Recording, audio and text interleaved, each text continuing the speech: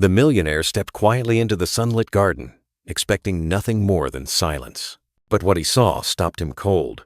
His maid stood firmly between his young son in a wheelchair and the sharp voice of his elegant wife. The boy's eyes brimmed with fear, while the maid's trembling hands gripped the chair handles, shielding him like a mother would. "Please, Senora," she whispered. "The doctor said he cannot stay under this sun." Her plea was met with scorn, yet in that fragile moment, love spoke louder than cruelty. And just as the tension thickened, the father's shadow stretched across the grass, and everything began to change forever.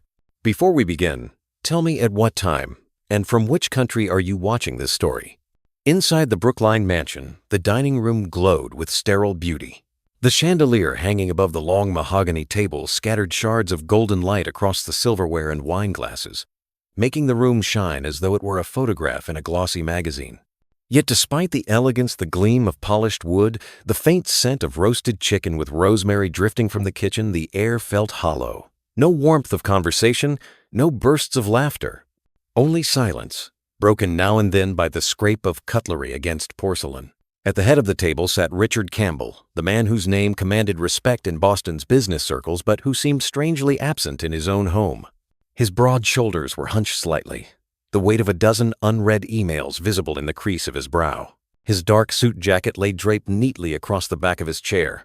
His white shirt sleeves rolled halfway to reveal an expensive watch ticking steadily, out of rhythm with the silence. Before him sat a plate with a perfectly cooked steak, pink in the middle, but it remained mostly untouched. His attention was chained to the glowing screen of his phone, where reports, contracts, and stock updates pulsed like a second heartbeat. He muttered a low, as he read something, then set the device down only to pick it up again moments later, as if the silence itself compelled him to fill it with work. Across from him, Emily swirled her wine in small circles, watching the dark liquid catch the chandelier's glow. At 30, she carried herself with polished elegance. Her blonde hair fell in soft waves. Her dress was sleek. Her nails painted a glossy red that matched her lipstick. To an outsider, she was the image of refinement, the perfect wife of a wealthy man. But her green eyes shifted restlessly, betraying an undercurrent of impatience. Her gaze moved to the boy at the far side of the table, and the faint smile on her lips hardened into something sharper. Daniel sat 2 seats down, his small frame dwarfed by the high-backed chair. The wheelchair tucked discreetly under the table was a reminder of what life had taken from him 2 years ago. At 12, his face still carried the softness of childhood, but his eyes, dark and wide, held a depth that belonged to someone who had seen too much. His plate was filled with roasted chicken, mashed potatoes, and steamed vegetables, but he only nudged a carrot slice back and forth with his fork. He kept his head down, shoulders tense, afraid to draw attention. The memory of his mother, her laughter, her gentle hand brushing his hair back flickered at the edge of his mind. So different from the cold silence of this room. Beside him, Martha Lopez moved quietly, as she always had. At 55, she had streaks of silver in her dark hair, which she kept pulled into a simple bun. Her face was lined with years of both work and kindness. To Daniel, she was more than the housekeeper. She was a constant, a steady presence in a life filled with absences. Tonight, she cut the boy's chicken into smaller pieces, her hands careful, motherly. Her eyes flicked toward Emily and caught the subtle tightening of lips, the flash of disapproval when Daniel failed to eat quickly enough. Martha's heart tightened. Emily set down her glass with a soft clink. "Daniel," she said, her tone syrupy but edged. "Children your age don't get to be picky. You should eat what's served." Daniel froze, fork suspended. His cheeks flushed, and his voice came out as a whisper. "I'm not hungry." For the briefest moment, Richard looked up, as though surprised to hear his son speak. His eyes, dark and tired, flicked toward the boy, then back to the phone in his hand. He cleared his throat, shifted in his chair. "I've got an early call tomorrow," he murmured, not to Daniel but to the room itself. "Need to review numbers before noon." The legs of his chair scraped loudly against the hardwood floor as he pushed back. Without finishing his meal, without acknowledging his son, Richard gathered his jacket, adjusted his cufflinks, and walked out of the room. His footsteps echoed down the hall, fading into the silence he left behind. Emily shook her head and muttered something under her breath, her attention already turning back to the glass of wine in her hand. She didn't notice the way Daniel's fork slipped from his fingers, the clatter startling in the stillness. Martha leaned forward, steadying him, her hand resting gently over his small one. "It's all right, my Joe," she whispered in Spanish, her voice low and calm, the way she might speak to a child waking from a nightmare. She set the fork back on the plate and adjusted his napkin, moving with the kind of patience that asked for nothing in return. Daniel swallowed hard. He stared at the empty seat where his father had been, the half-full glass of water, the untouched steak cooling on the plate. The absence felt heavier than the silence. His chest ached with words he didn't know how to say, feelings too big for a boy to carry. Finally, he turned to Martha, his eyes shimmering in the light. His voice was no more than a trembling breath. "Grandma Martha," he whispered, "does Dad ever really see me?" The October night wrapped Brookline in a cool hush, the kind of evening when the scent of fallen leaves mingled with smoke from distant fireplaces. Along the quiet suburban street, porches glowed with carved pumpkins and string lights, children's voices carrying faintly through the air as they rehearsed for Halloween just days away. The Campbell mansion, with its grand colonial columns and manicured hedges, stood silent against the night sky. A house impressive in size but strangely devoid of warmth. Richard pulled his BMW into the driveway, the tires crunching over gravel. For once, he was home earlier than his usual routine of late-night returns. He loosened his tie, tugged at the collar of his shirt, and told himself that perhaps tonight he would share dinner with his family, an ordinary moment he so rarely allowed himself. Yet as he walked toward the back garden, his stride slowed. Voices rose above the steady whisper of wind through the maples. They were not warm voices. They were sharp, colliding in the cool air. He froze beside the hedges, their leaves still clinging, though autumn had turned them crimson and gold. Beyond the branches, the patio glowed beneath a lantern fixed to the stone wall.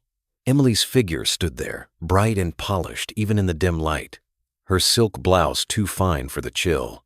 Her arms were crossed, her blonde hair glinting under the lamp. Across from her sat Daniel, bundled in a blanket that barely covered his thin frame, his wheelchair angled toward the garden path. Behind him stood Martha, her hands steady on the chair handles, her posture quiet but unyielding. "You can't stay cooped up inside forever, Daniel," Emily said, her tone carrying both impatience and authority. "The world isn't going to bend for you. You need to learn to face it, even if it's uncomfortable." Daniel's voice came out barely louder than a breath. "It's cold, Emily. The doctor said I shouldn't." Emily's laugh rang harshly against the night. "Doctors say too much. If we listened to every warning, we'd never step outside. What you need is strength, not excuses." Richard's stomach twisted. He pressed closer to the hedge, his breath fogging in the cold. He had wanted to believe his second marriage would bring stability, that Emily's youth and charm would ease the loneliness left by Carmen's death. But as he watched her now, impatient, dismissive, he felt the ground shift beneath him. "Senora Emily," Martha interjected, her voice calm but firm. "The doctor's instructions were clear. Cold air can harm his recovery. Please, let him rest." Emily's eyes flashed as she took a step forward. "Step aside, Martha. I'm his mother now. I have the right to decide what's best for him." Martha didn't flinch. She stood as though rooted to the stone path. Being a mother means protecting a child, not proving control. This boy deserves care, not lectures. Daniel's wide eyes darted between the two women. His small hands clutched at the blanket on his lap, knuckles pale. He looked as though he wanted to vanish into the folds of fabric. Richard felt heat rise in his chest. He should intervene, he knew, but his feet refused to move. Instead, he listened, each word carving deeper into him. Emily bent low, her green eyes fixed on the boy. "Stop hiding behind Martha. Do you want pity for the rest of your life? If you want my respect, Daniel, you'll have to earn it." His lips trembled. I don't want to get sick," he whispered, eyes turned away. "Excuses," she snapped again, her voice sharper than the cold air. "Life isn't going to feel sorry for you." Martha placed a gentle hand on the boy's shoulder, her voice a balm against the sting of Emily's words. "You are already strong, Hee-Ho, stronger than anyone realizes. Don't let those words touch your heart." Her tone echoed Carmen's from years past, the memory of lullabies and soft reassurances in the nursery. Richard closed his eyes briefly, the ache of loss pulsing through him. Emily reached for the wheelchair, pushing it toward the yard. Daniel gasped as the chair jolted forward, but Martha braced herself, her grip firm. "Enough," she said through clenched teeth. "This is not right." The boy's breath came in short bursts, his eyes shining with fear. He looked toward the hedges, as if silently calling for someone to rescue him.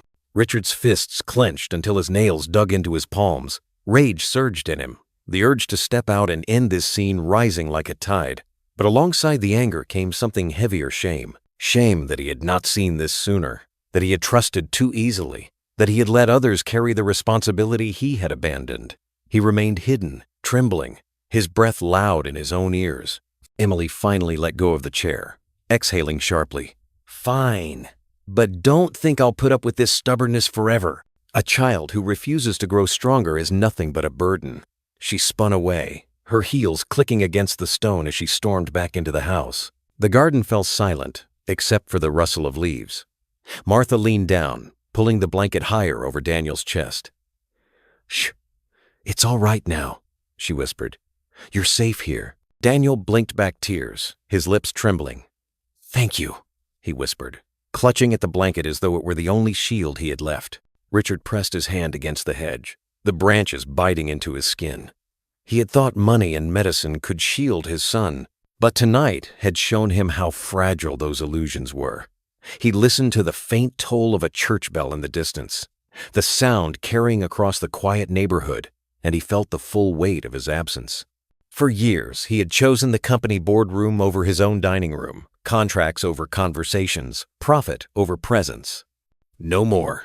He drew in a long breath, the air sharp with the scent of pine and damp soil. His hands still trembled, but his resolve settled into something clear, something unshakable. He closed his eyes, whispered his vow into the night, a vow the hedges would hold in silence. Tomorrow, he would have the truth. The morning light over Boston was dull, washed in gray, as though the city itself had pulled a blanket of clouds across its shoulders. From the large corner office overlooking Copley Square, Richard Campbell sat at his desk, staring through the glass at the movement below. Buses hissed at the curb, taxis honked impatiently, and business people hurried with briefcases and steaming cups of Dunkin' coffee clutched in their hands. The bells of Trinity Church marked the hour, their familiar toll echoing across the square. Richard had heard that sound 1,000 times before, but today it felt different, haunting, as if tolling only for him. His desk was a monument to efficiency. Contracts neatly stacked, reports aligned, his fountain pen resting beside the day's schedule. Yet this morning, nothing drew his focus. He had returned from the mansion's garden with a storm inside him, a storm no number or board call could quiet. Each time he tried to focus, he saw Emily's cold expression, Daniel's frightened eyes, and Martha's steady hands shielding his son. He reached for the pen, but his fingers trembled, and a blot of ink stained the margin of a financial report. When his assistant knocked to remind him of the quarterly call, Richard's voice came out clipped. "Cancel it!" The words startled them both. Richard Campbell never canceled, but today he was not the CEO. Today he was only a father who had seen too much. After pacing the length of the office, he reached for the phone and dialed home. Martha answered on the second ring, her voice warm and steady, as if the chaos of the world never touched her. "Good morning, Mr. Campbell." Richard hesitated. His throat felt dry. "Martha," he said at last, "could you come to the office? I need to talk." An hour later, she was there, her modest coat still carrying the chill of the autumn air. She folded her hands politely in her lap as she sat across from him, her eyes gentle but serious. Between them, 2 mugs of coffee steamed on the desk. For once, Richard had poured them himself. He studied her for a long time. Martha had been with the family more than a decade. She had been there when Carmen was alive, helping through pregnancy, soothing Daniel as an infant, making the house feel whole. And when Carmen was gone, she had been the only steady rhythm in a home that had fallen silent. Richard cleared his throat. "Martha," he began, his voice heavy, "you've seen more than I have. You've been there when I was gone, when I was buried in work.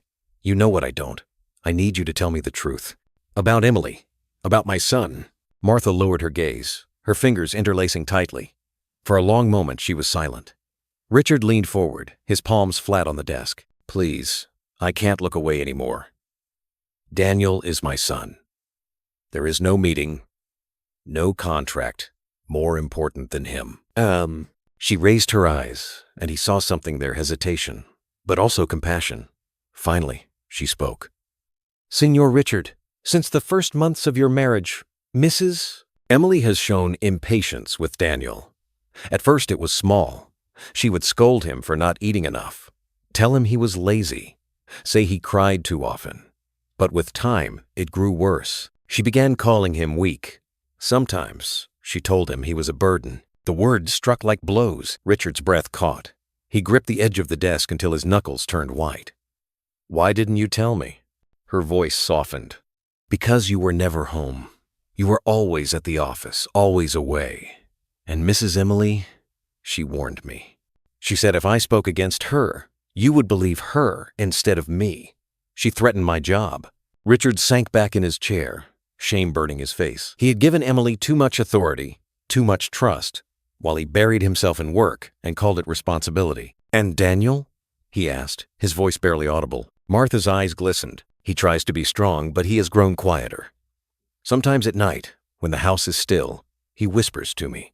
He says he doesn't want to be a burden to you, that he's afraid you'll stop loving him." Richard pressed his hand to his mouth, his chest heaving. He had told himself for years that he was giving his son everything: doctors, tutors, a fine house. But he had failed to give the one thing the boy needed most: a father's presence. For the first time since Carmen's funeral, tears blurred his eyes. Martha sat silently, allowing the weight of his grief to settle. Then she spoke softly. "There is something else. Something I promised Carmen. I would keep safe until the time was right." Richard looked up, startled. "Carmen?" Martha reached into her bag and drew out a small wooden box. Its surface was worn smooth, the grain rich with age. She set it gently on the desk. 3 days before the accident, Carmen gave me this. She said if ever the day came when Daniel was not loved by the woman in your life, I must give it to you. His breath caught. His hands trembled as he lifted the lid. Inside lay photographs: Carmen, smiling in a summer dress, Daniel as a baby in her arms alongside a few documents, and a sealed envelope with his name written in Carmen's delicate script. Richard froze. That handwriting, those graceful loops, those steady lines, was as familiar to him as the sound of her voice. He pressed the envelope to his chest, eyes closed, the scent of old paper filling his senses. "Have you read it?" he whispered. Martha shook her head. "Number Carmen said it was only for you." With shaking hands, Richard broke the seal. He unfolded the pages carefully, as though they might crumble from the weight of time. His eyes scanned the first lines, and his voice faltered as he read. "My dear Richard, if you are reading this, then I am gone. And if Martha has placed this letter in your hands, it means Daniel is not receiving the love he deserves. I need to tell you something I discovered before the accident, something about our family that will change the way you see the past and perhaps guide how you choose the future." The letters blurred through his tears. He laid the pages down, covering his face with both hands. The office, with its leather chairs and polished wood, had never felt emptier. For years, he had believed success in business could redeem the emptiness at home. But this letter told him otherwise. The truth he had avoided was coming for him, and he could no longer hide. Martha waited quietly, her gaze steady, her presence like an anchor in the storm. When Richard finally lifted his head, his face was streaked with tears, but his eyes had changed. The helplessness was still there, but underneath it, something harder, sharper: resolve. His voice cracked, but it carried a new weight. Everything changes today. Tomorrow, he would have the truth. Saturday morning arrived with the clear, brisk air of early October in New England. The Campbell estate stirred quietly as the first light filtered through the tall windows, brushing across polished hardwood floors and the roses that Carmen once planted by the garden wall. Richard stood at the window of his study, holding the letter from Carmen in his hands once more. He had read it late into the night, every line burning deeper into him, every word reminding him of what he had lost and what he still had a chance to save. The city beyond seemed to hum with routine. Joggers in fleece jackets moving along Commonwealth Avenue, neighbors raking leaves into neat piles, the faint aroma of maple syrup drifting from kitchens where families gathered for breakfast. For Richard, there would be no ordinary breakfast today. There was only a journey, one he had delayed for too many years. By mid-morning, the black BMW rolled down the driveway. Daniel carefully settled in the back seat, Martha beside him, fussing over the boy's blanket and water bottle. Daniel's face showed both excitement and worry. He rarely left the mansion except for school or doctor visits, and this drive promised something different, something unknown. "Poppy," Daniel asked, his small voice breaking the hum of the engine, "where are we going?" Richard glanced in the rearview mirror, meeting his son's wide eyes. He hesitated for a moment, then answered softly, "To Salem. There's someone you should meet, someone I should have seen long ago." Daniel tilted his head, puzzled, but a spark of curiosity lit in his gaze. "Is it family?" Richard's throat tightened. "Yes, family." Though the highway stretched ahead, framed by maples and oaks aflame with autumn color. Reds, golds, and oranges blurred past the windows as they left the city behind. Martha hummed quietly, a Spanish lullaby she had once sung to Daniel when he was smaller. The boy leaned against the seat, watching the trees with a half smile. They stopped at a small diner off Route 1, the kind of place with chrome stools, checkered floors, and the smell of bacon sizzling on the griddle. A bell jingled as they walked in, and a waitress greeted them with a cheerful, "Morning, folks. Grab any booth you like." She poured hot coffee for Richard and Martha, setting down a tall glass of orange juice for Daniel with a wink. "On the house for the young man." Daniel's face lit up. "Thank you, ma'am." The waitress smiled, topping off Richard's mug automatically. "Honey, that's what we do here. Coffee's bottomless, so you let me know if you need a refill." Martha ordered pancakes for Daniel, and Richard, distracted by his thoughts, picked at scrambled eggs while staring out the window. Families filled other booths, parents cutting waffles for toddlers, grandparents laughing with teenagers. The sight ached in him. For years, he had convinced himself that Daniel would never need more than what money could provide. Yet watching his son's joy at something as simple as a free glass of juice reminded him of all the little moments he had stolen from the boy by not being present. After breakfast, they continued north. The houses grew older, their white clapboards and dark shutters leaning into the centuries of history Salem carried. Cobblestone streets appeared, lined with shops selling pumpkins, candles, and postcards of witches for the tourists. Church steeples rose above the trees, and the salty scent of the harbor floated in on the breeze. Daniel pressed his face to the glass. "It looks like a storybook," he whispered. Richard smiled faintly. "It is, in a way. A story I should have told you long ago." They turned onto a quieter street, shaded by towering maples. At the end stood a modest white house with green shutters, a small garden blooming stubbornly against the autumn chill. A wooden sign by the porch read "Welcome, friends." Richard slowed the car, his palms damp on the steering wheel. His heartbeat thundered as though he were approaching a courtroom rather than a brother's home. He remembered Carmen's letter, the handwriting that had urged him not to be afraid to begin again. He parked at the curb. The three sat in silence for a long moment. Martha touched his arm gently. "Señor Richard, it is time." He nodded. His throat was dry, but resolve steadied him. He turned to Daniel, adjusting the boy's blanket. "Son, there's something important I need to tell you. Inside that house lives someone very dear to us, someone you've never met, but who has always carried us in his heart." Daniel's brow furrowed. "Who?" Richard drew in a deep breath, his voice trembling. "Your uncle. My brother." The boy's eyes widened. I have an uncle?" "Yes," Richard whispered. "And today, we're going to see him." "Oh." Martha opened her door first, helping Daniel into his chair, adjusting the footrests and scarf around his neck. Richard stood for a moment beside the car, staring at the little house with its porch light glowing warmly even in the daylight. His legs felt heavy, yet he knew he could not turn back. Too many years had passed in silence. As they moved slowly toward the gate, the sound of a dog barking in the distance carried on the breeze, mingling with the faint toll of another church bell. The neighborhood smelled of wood smoke and apple pie cooling on a windowsill.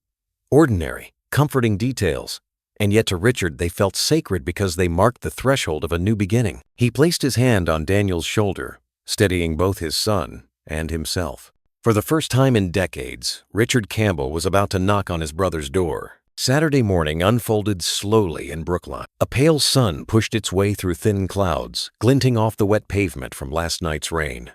The air was crisp, carrying the earthy scent of fallen leaves and the distant smoke of fireplaces already lit in neighboring homes. In the Campbell mansion, the house felt unusually quiet. The letter from Carmen lay on Richard's desk, its pages spread open as if her handwriting had the power to hold him in place. He had read it 3 times through the night, each word echoing louder, making it impossible to ignore what she had asked of him. Seek your brother. Do not let fear keep you from giving Daniel the love he deserves. Richard stood by the window, coffee in hand, staring at the roses Carmen had once planted along the garden wall. Their red petals clung stubbornly despite the chill, a memory blooming against the odds. He thought of her voice, the way she had laughed at his endless business calls, teasing him to come back to life. Richard, not just to work. That voice was gone, but her words lingered in ink, in memory, and now in the steps he was about to take. By mid-morning, the black BMW purred down the long driveway. Daniel sat carefully strapped in the back seat, a blanket tucked around his legs. Martha sat beside him, carrying a thermos of tea and a bag of snacks she had insisted on preparing. Children travel better with something warm, she had said, her motherly instinct undimmed by years of service. Daniel leaned against the window, his eyes bright with curiosity. He rarely left the mansion except for school or hospital appointments. Today felt different. "Poppy?" he asked, his voice hopeful. "Where are we going?" Richard glanced at him in the rearview mirror. His hands tightened on the wheel. "To Salem," he said softly. "There's someone we need to see, someone I should have seen long ago." Daniel tilted his head. "Is it family?" The word caught in Richard's chest. He swallowed. "Yes, son, family." The Massachusetts Turnpike stretched before them, lined with maples aflame in crimson and gold. The highway hummed beneath the tires, carrying them out of Boston's bustle and into the quieter rhythm of the North Shore. Richard drove in silence for a long time, his mind drifting back to childhood summers with his younger brother, to baseball games in dusty fields, to secrets whispered in shared bedrooms. He had locked those memories away decades ago. Now, Carmen's letter had turned the key. Half an hour into the drive, Martha broke the silence with a hymn hummed under her breath, a tune she had once used to lull Daniel to sleep. The boy smiled faintly and tapped his fingers on the armrest in rhythm. Richard glanced at them through the mirror and felt a pang of guilt. How many of those moments had he missed, locked away in boardrooms, while Martha had stepped into roles he should have filled? Around 11, Richard pulled off the highway into a roadside diner with chrome siding that gleamed in the sun.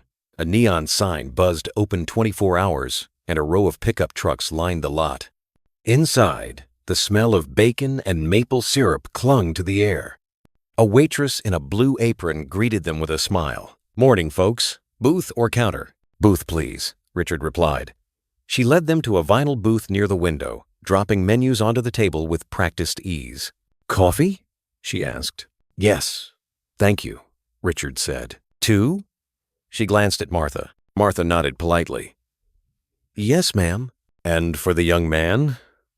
The waitress bent down to Daniel's level, her smile widening.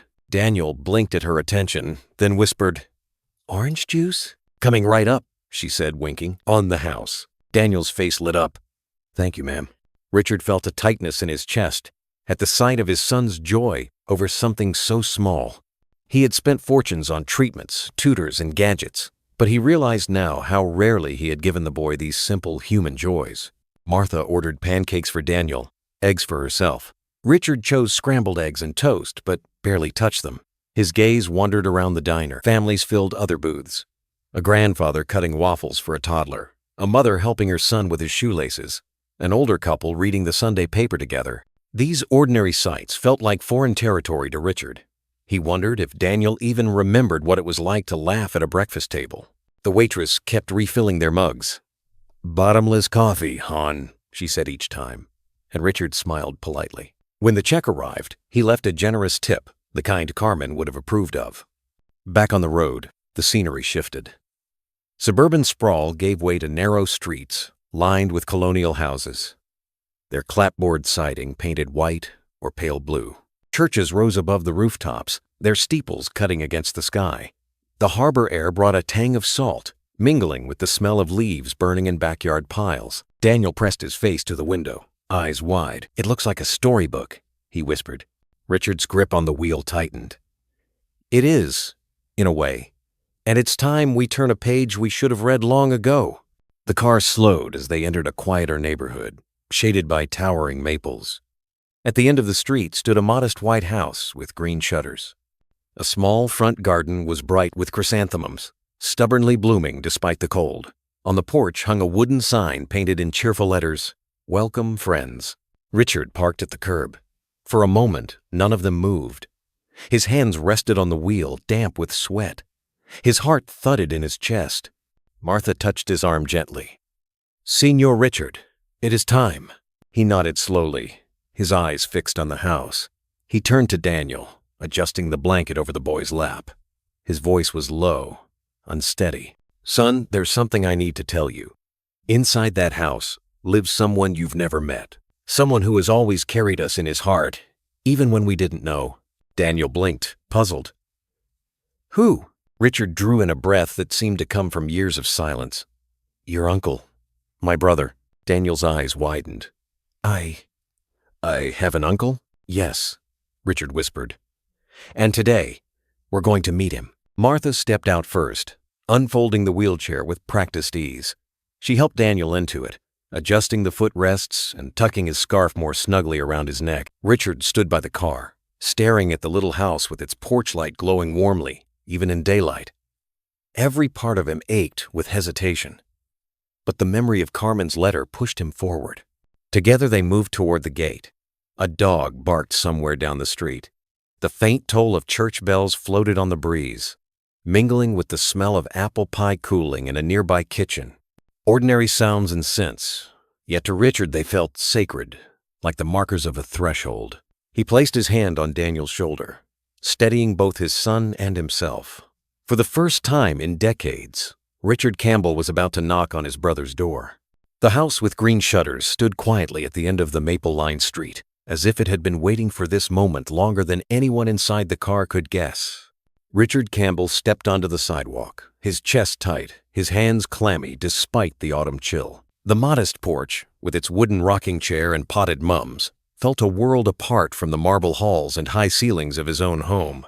This house breathed a kind of warmth money could never buy. Martha rolled Daniel's chair carefully along the path, the crunch of fallen leaves beneath the wheels, marking each step closer to what Richard feared and longed for at once. His son's wide eyes took in every detail: the garden fence painted white, the small wind chime that tinkled gently in the breeze, the faint sound of music drifting from inside. "Poppy," Daniel whispered, his voice trembling with both nerves and wonder. "Are you sure? He really lives here?" Richard nodded, swallowing hard. "Yes, son, my brother, your uncle." He lifted his hand to knock, but before he could, the door opened. Standing there was a man of medium height, hair touched with gray at the temples, wearing a simple flannel shirt. His hand still held a small watering can, drops of water glistening on his fingers. When his eyes met Richard's, the watering can slipped, clattering against the porch. For a heartbeat, no one moved. Decades fell away, and Richard saw not the man before him but the boy he had once shared bunk beds with, the brother he had lost when their parents made a choice that still haunted him. Michael. Richard's voice cracked, the name foreign on his tongue after so many years. The man blinked, his lips trembling. "Richard?" His voice was rough, almost disbelieving. "Is it really you?" Richard nodded, unable to speak further. His throat burned with tears he had not expected. Michael took a step forward, then another, until the brothers stood inches apart on the porch. Neither seemed to know what to do. Then, as if the years between them had melted away, Michael opened his arms. Richard stepped into the embrace, clutching him tightly, his shoulders shaking. "I'm sorry," Richard whispered hoarsely. "I should have found you years ago. I should have never let them." Michael pulled back just enough to look into his brother's face. "We were children, Richard. It wasn't your choice." His eyes softened, glistening. "I always hoped you would come. I never stopped hoping." Behind them, Daniel watched with wide, astonished eyes. Martha rested a gentle hand on his shoulder.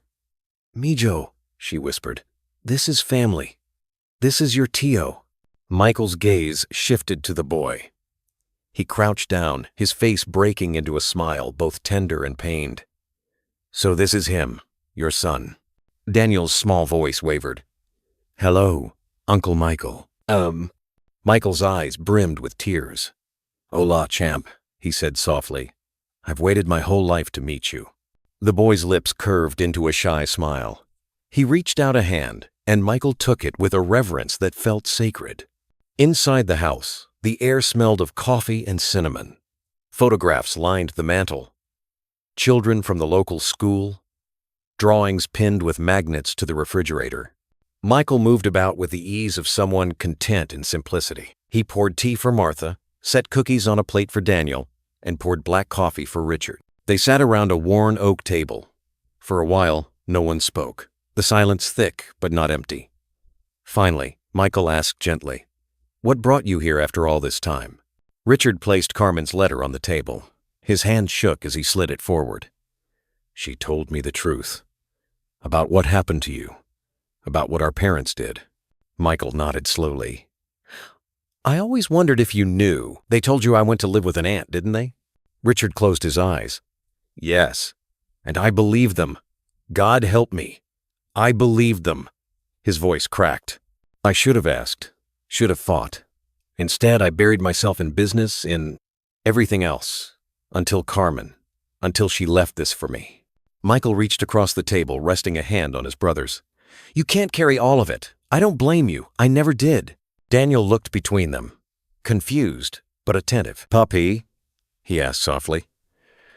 "What do you mean? What happened?" Richard hesitated, glancing at Martha, then back to his son. "When I was your age, Daniel, I had a little brother, but our parents, they were ashamed because he learned differently, struggled with school. They thought it would hurt the family's reputation, so they sent him away. They told me he had gone to live with an aunt, but it wasn't true. They abandoned him." Daniel's mouth dropped slightly. He turned to Michael. "But you're here. You're alive." Michael smiled sadly. "Yes, kiddo. I grew up in a children's home. It wasn't easy, but I had good people around me. I became a janitor at a school, and I helped kids who struggle, just like I did. And now," he looked at Richard, "now I have my brother back, and a nephew." Daniel's eyes filled with tears, but they were not the tears of fear or pain. They were tears of something new hope. "Does that mean I have an uncle to play with?" Michael laughed through his own tears, ruffling the boy's hair. "Yes, and if you like, I'll teach you about plants. I've got a garden out back. Flowers your mama Carmen used to love." Richard's heart ached at the mention of Carmen, but it was not the old ache of loss. It was something gentler, something that felt almost like healing. He looked at his brother and his son together, and for the first time in years, he allowed himself to breathe. The afternoon stretched on. They walked through Michael's small garden, where mums and late roses still bloomed. Daniel's laughter rang out as Michael showed him how to water the soil just right. Martha watched from the porch, her eyes glistening with quiet joy. Richard stood apart for a moment, the autumn sun warming his face. He thought of Carmen's words in her letter. "Do not be afraid to begin again." And for the first time, he believed he could. That night, after returning from Salem, the Campbell mansion felt strangely alive. Daniel had fallen asleep with a smile still lingering on his face. His small hands curled around a drawing Michael had given him of the garden they had explored together. Martha had tucked him in, whispering a prayer in Spanish before switching off the light. Downstairs, silence settled over the house, broken only by the ticking of the grandfather clock in the hallway. Richard sat alone in his study. Carmen's letter spread out before him. The first page lay already creased from where he had clutched it too tightly. He had read the opening words earlier with Michael at his side, but now he needed to face the rest alone. His hands trembled as he lifted the second page. "Richard, there is more you must know. I did not tell you while I lived, because I feared it would wound you too deeply, but Daniel deserves the truth one day, and so do you. Shortly before the accident, I uncovered something about our son. Something I prayed you would one day find the courage to embrace." Richard's breath caught. He leaned closer, scanning each line. "Daniel carries more of Michael in him than you realize. The doctors you trusted after the accident told us his paralysis was only from the crash, but I learned there were deeper genetic reasons that made him more vulnerable. In tracing those reasons, I uncovered the file about your brother, the one your parents hid. Richard, the same determination, the same resilience, runs in Daniel's veins. He is not broken. He is the legacy of what your parents feared. but also what makes him extraordinary. Richard's heart pounded. His parents' old voices, sharp with pride and shame, echoed in his head. Appearances matter. Weakness cannot be tolerated. He had spent a lifetime burying those lessons beneath business deals and success. And yet, here in black ink, Carmen confronted them head-on. The letter continued. "Promise me this, Richard. Do not repeat your parents' mistake. Do not hide from Daniel's challenges. Do not let fear or pride rob him of the love he deserves." Michael was cast aside because he was different. Daniel must never feel the same fate. If you learn nothing else from my absence, let it be this: love him openly, fiercely, exactly as he is, and seek your brother, for he is the key to understanding the kind of father you can become. The words blurred as tears filled Richard's eyes. He pressed the pages against his chest, his shoulders shaking. For so many years, he had thought himself different from his parents, that by providing money, treatment, and opportunity, he had proven himself a better father. But Carmen's words stripped away the illusion. He had given Daniel everything, except what mattered most: presence, patience, acceptance. Martha knocked softly on the door, carrying a tray with tea. She set it down, watching him silently for a moment. Her eyes fell on the letter, then on his face, streaked with tears. "Señor Richard," she said gently, "sometimes God uses pain to open our eyes." He swallowed hard, unable to answer. After a long silence, he whispered, "I failed him, just like they failed Michael. I let history repeat itself." Martha shook her head. "Number, you are here now. You saw with your own eyes what Daniel feels, and you sought Michael. That is not failure, Señor.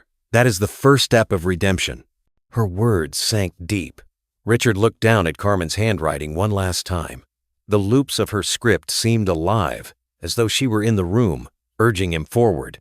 He folded the pages carefully, sliding them back into the envelope. "Then tomorrow," he said, his voice firmer, "I begin again. No more distance, no more excuses." Outside, the autumn wind rattled the windows, scattering the last of the leaves across the garden Carmen had once tended. Richard rose from his chair and looked toward the hallway where Daniel slept. He felt the weight of years pressing on his shoulders, but also a strange lightness, like a man stepping into daylight after too long in shadow. Tomorrow, he would tell Daniel everything. Tomorrow, he would stand not as a CEO, not as a son trying to outrun his parents' shame, but as a father. Tomorrow, he would have the truth. The following evening, the Campbell mansion no longer felt like a sanctuary of wealth, but like a stage set for confrontation.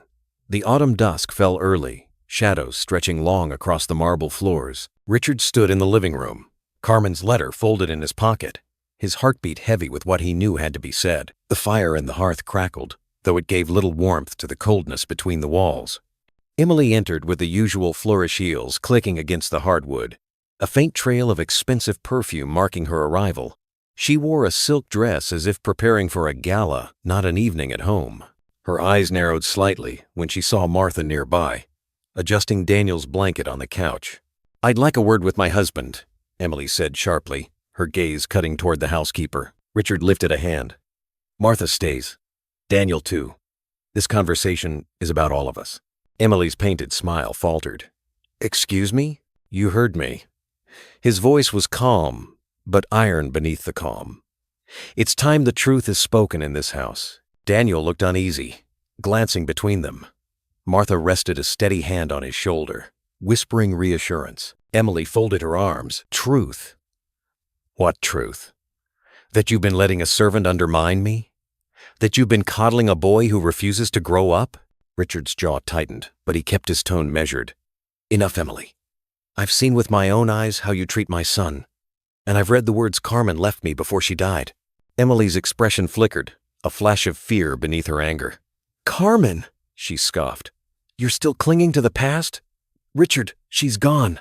I'm the one here. I'm the one who married you, who brought life back into this house." "Number," Richard's voice cut through her protest, steady as the strike of a gavel. "You didn't bring life. You brought cruelty. You saw a child in a wheelchair and called him weak. You made him feel like a burden.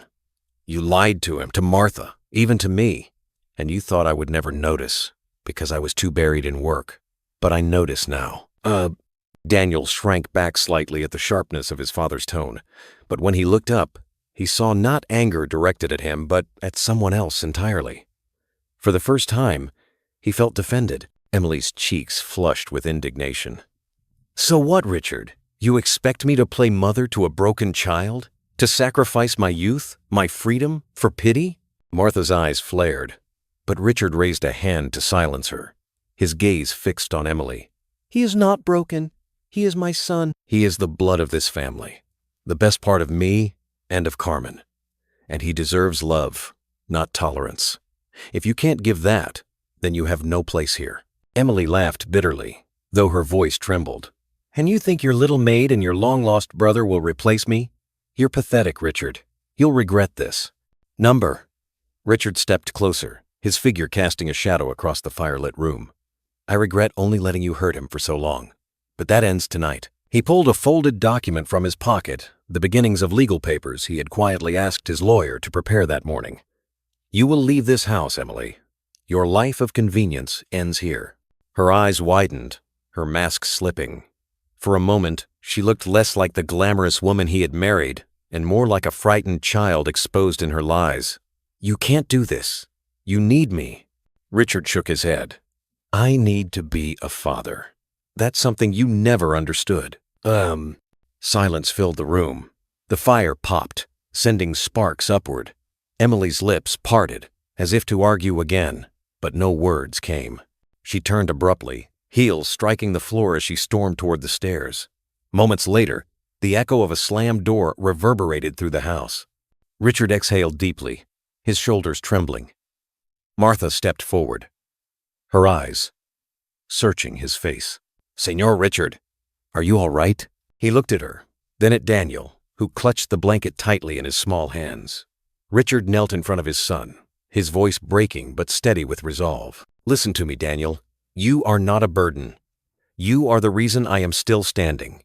And from now on, I promise you, no one will ever make you feel less than whole again." Daniel's eyes filled with tears.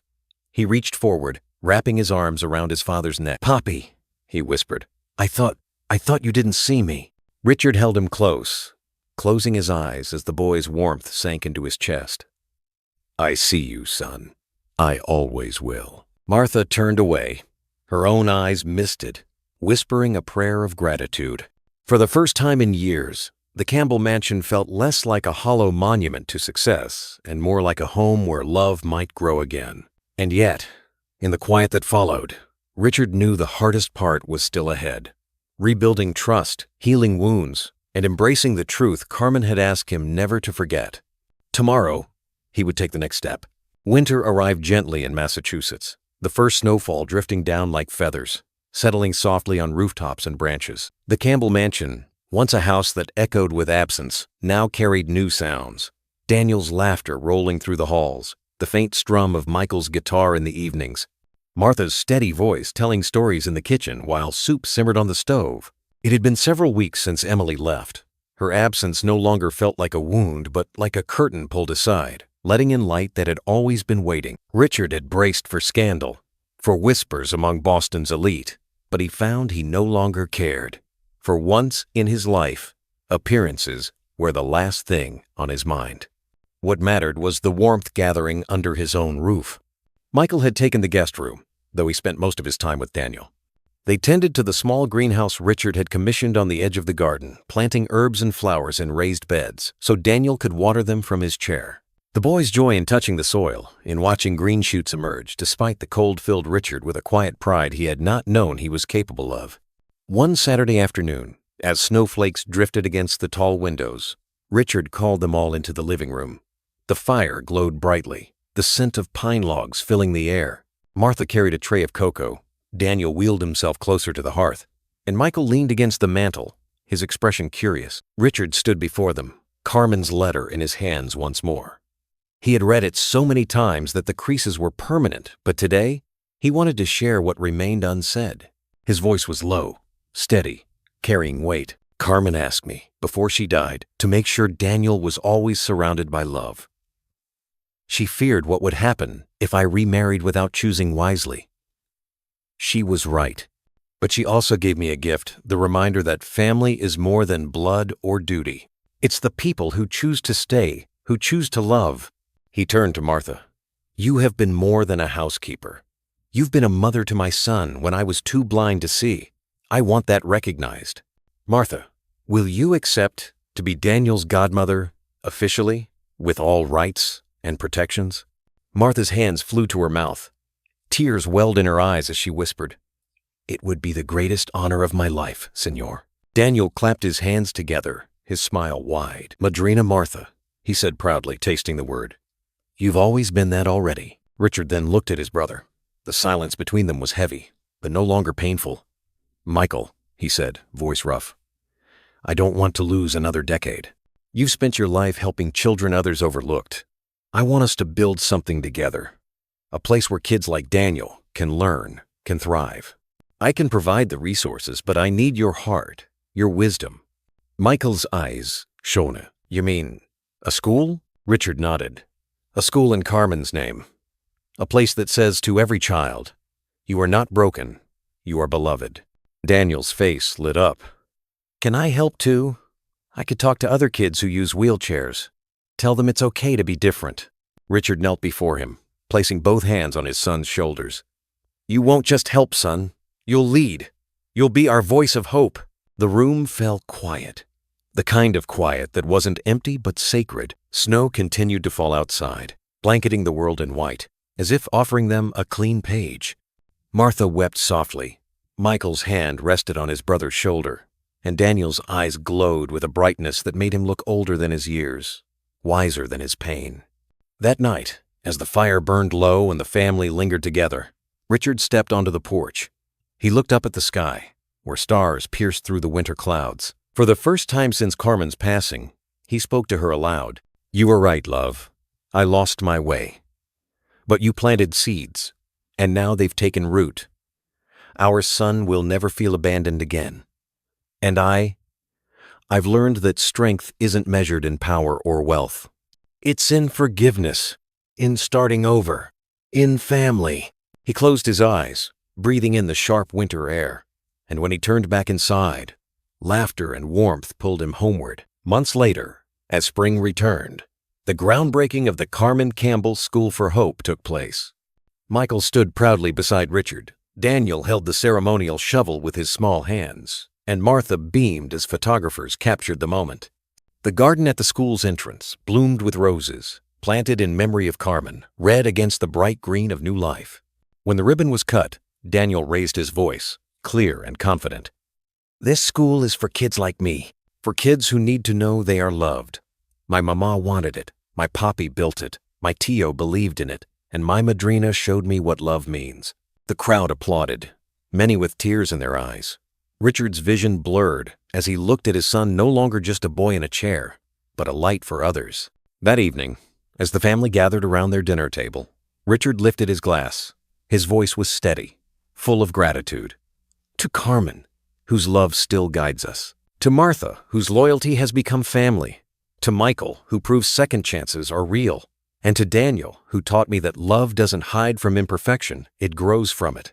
They clinked glasses, and Daniel added, To family, the one we're given and the one we choose.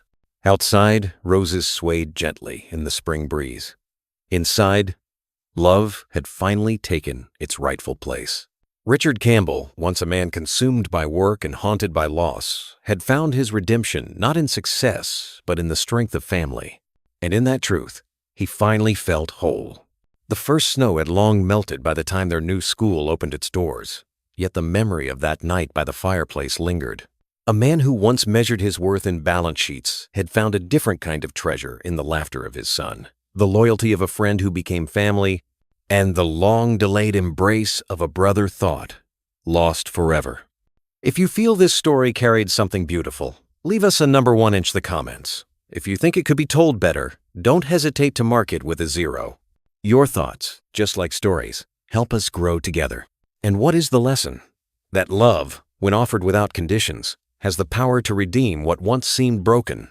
That every human being, whether child or elder, deserves to be seen and cherished as part of a family. No mansion, no fortune, no business empire can outweigh the quiet gift of someone waiting at your side when you are weak. In America, many of us remember Sunday dinners when 3 generations gathered at one long table, voices overlapping, the scent of roast chicken or apple pie filling the kitchen. It was not the food that nourished us most, but the sense that we belonged, that we had a place. This story reminds us to build that place again, no matter how late the hour. Think about it.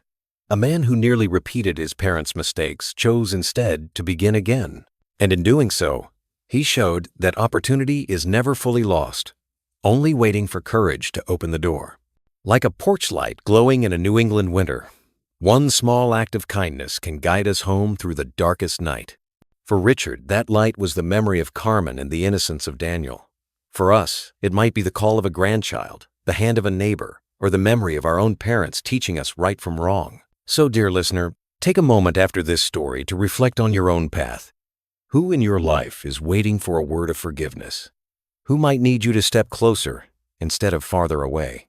If this story touched your heart, share it so that others may remember too that redemption is possible, and that family, however fragile, can be rebuilt. Because in the end, family is not defined by perfection but by presence. And sometimes, the strongest houses are not built of brick or stone, but of second chances and love that refuses to let go.